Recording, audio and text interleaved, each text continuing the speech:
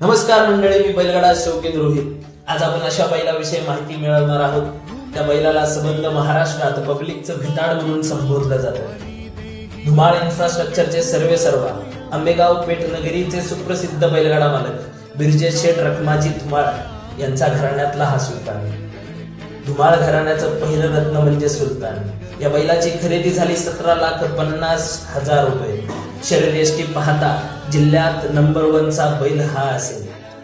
या बैलानं अनेक घाटात 1 नंबरची बारी लावली.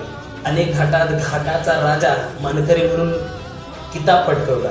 जसे म्हणतात ना, कुस्ती क्षेत्रातील पहिलवानांचा एक वस्ताद असो, तसाच बैलगाडा क्षेत्रातील हा एक वस्ताद म्हणूनच या बैलाला संबोधले जाते.